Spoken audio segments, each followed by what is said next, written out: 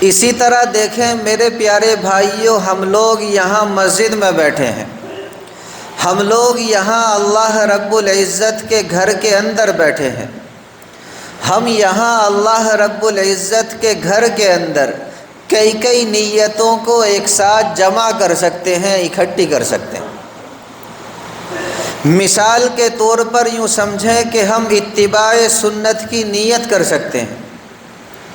اسی طرح ہم نماز کے انتظار کی نیت کر سکتے ہیں،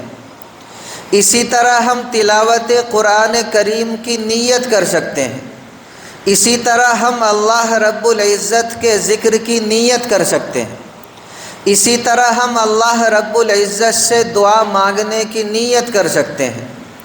اسی طرح ہم اپنے آپ کو لا یعنی فضول باتوں، اسی طرح فضول حرکات سے محفوظ رکھنے کی نیت کر سکتے ہیں۔ اسی طرح ہم یہاں اللہ رب العزت کے گھر میں بیٹھ کر اپنے مسلمان بھائیوں کی زیارت کی نیت کر سکتے ہیں۔ اسی طرح ہم یہاں مسجد کے اندر اللہ رب العزت کے گھر کو آباد کرنے کی نیت کر سکتے ہیں۔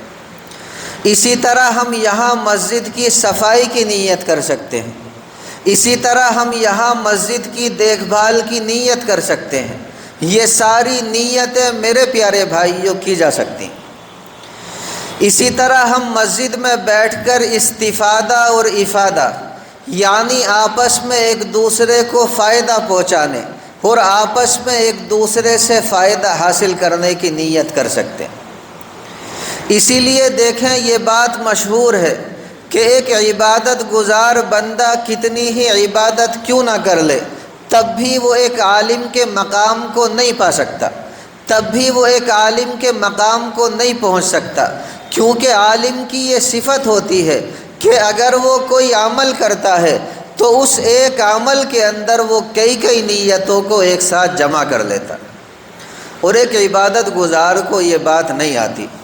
اس لیے میرے پیارے بھائیوں، جب بھی کوئی عمل کیا کریں تو ایک عمل کے اندر جتنی نیتیں کی جا سکتی ہیں وہ کرنے کی کوشش کیا کریں۔ اس سے فائدہ یہ ہوگا کہ کام ہم ایک کریں گے اور اللہ رب العزت ہمیں ثواب بہت سارے کاموں کا مرحمت فرما دیں گے۔